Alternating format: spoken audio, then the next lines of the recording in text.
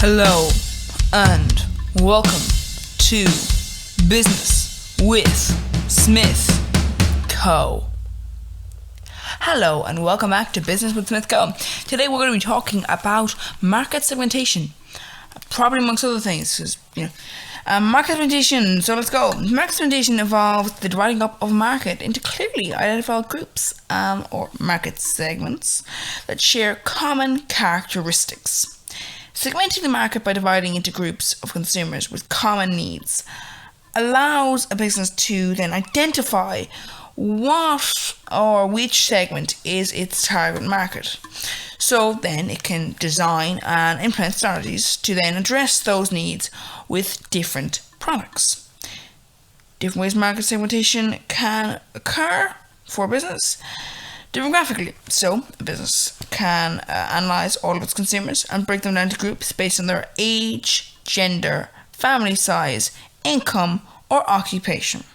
It is very useful, not difficult, for mass marketing as it is easy to measure age, gender, and income level. One way this can be done is for products that are made for children.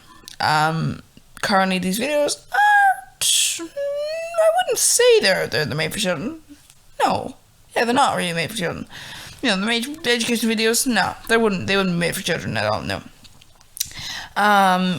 So then you have geographically. So this allows a business to analyze consumers' behaviors or likes based on their location. This would be what country they're living in, their region in that country, their county, and all other areas that have to do with location. So, consumer location can affect the type of products sold, as consumers might be used to different cultures, taste, or branding in different places. When advertising and branding the product, businesses should definitely be aware of the many differences in things such as humor, acceptable color, and cultures. There are some cultures that are, a little bit more, forward thinking, and there are other countries that are not so forward thinking, and some countries are very racist, like America. If you're an American company, having an advert there, might not work in other countries that are a little bit more, less backward and more forward thinking in that sense. It's like that's something you have to be aware of, that sometimes people do not actually like that something, which is why some businesses do change their branding and all sorts of things when they move here. For example, in my country, we have different recipes for different products.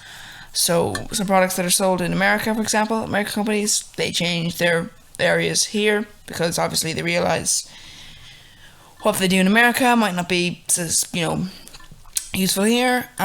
So for example, Coca-Cola in the US is, a US product, but it contains high amounts of corn syrup compared to its formula elsewhere, where it contains a little more sugar. Now, another way that a market can be segmented is in the form of behavior, because when people have a certain behavior, it's businesses to look at how customers will react in different situations or different times of the year, analyze their attitude and responses to different products. For example, a lot of businesses do this now. At point of sale, they will attempt to offer other products.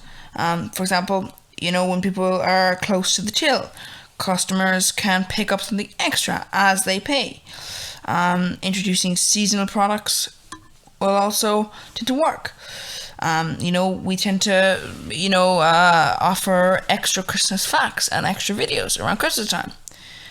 That's actually more along the lines of, that wouldn't always class into behavior, that would more class into the actual time someone has. Because, at Christmas time, there are holidays. Generally, you got holidays around Christmas time. Most people get holidays around Christmas time. And that means, there's more time because, all the time, ourselves, you're working most of the time, and, you can't always check into a video because sometimes you just don't have that time. So around Christmas time, you can, do that. Then comes psychological. A business can look at how different consumer groups we will react to different products based on their social class, lifestyle, and personality type. A business can segment customers based on their attitudes towards using certain brands and their tastes and preferences based on their lifestyle.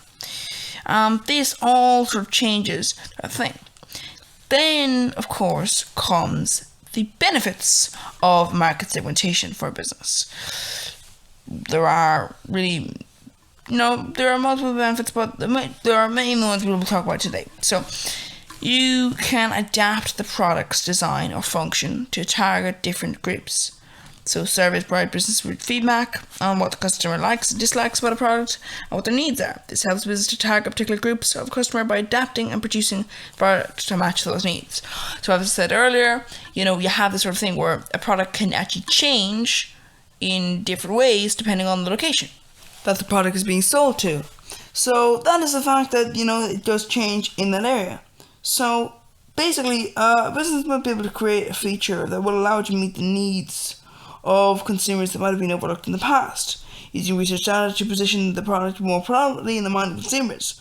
This will lead to greater customer satisfaction, because oftentimes products can be, problematic in its way of doing things. So in that sense, you don't want that to be the case, because that's bad to do. And if your business, it's not only bad to do, but it's also harming your sales. And next, of course, you have improving advertising decisions. By researching consumer habits, an example of their social media preferences and favorite TV shows, for example, a business can target the consumer more effectively and spend money on a focused advertising created specifically for that target market. This will lower marketing costs. A business could seek out certain ages, genders, and preferences on social media sites. A lot of the time, the problem that you have is that, if you have, for example, TV advertisements for many years, TV advertisements were, a little too wide. So only real businesses who had a wide sort of, product could read only evidence there. But now you have more effective advertising, because you can change your advertising. Because a lot of the time, a problem is that businesses will not realize this. Even online, businesses may not realize this. They may be advertising product to people who do not need it at all and would have no use of it. And that, of course, can be a problem. And of course, not only that, but these adverts online adverts have having a better way of actually advertising to people.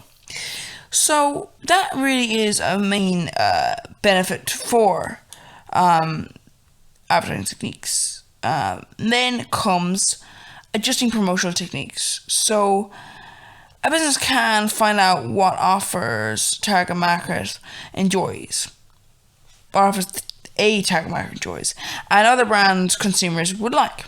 So it can target them with specific short-term gimmicks like 2-for-1 offers or chance to win things. Oftentimes companies will have giveaways on their products, so that people will have to buy the product and then they can get in the chance to win something. They can use it depending on their preferences. The company might partner up with another brand to give away a free sample with each purchase. This way they don't actually technically suffer any costs, and they may not suffer any costs, and the consumers also are encouraged to buy the product.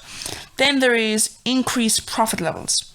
Based on market research, a business may target market segments with different prices of products.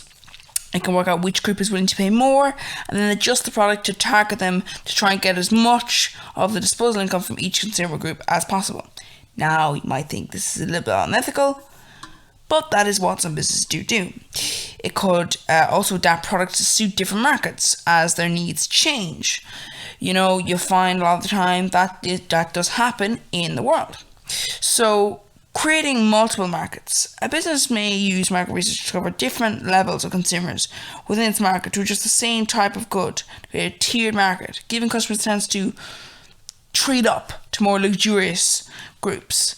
The problem with this, of course, is that this causes problems when people start thinking that products are of higher quality, when in fact they may not be. If you are thinking of buying a product just because it's more expensive, you think it's a premium thing, just be aware, sometimes some products are not the same value in that sense. In the next video, we shall talk about the niche market area. So, niche markets, next video, yay. If you want to subscribe to the YouTube channel, you can. If you want to view other videos, you can do that as well. And thank you for listening.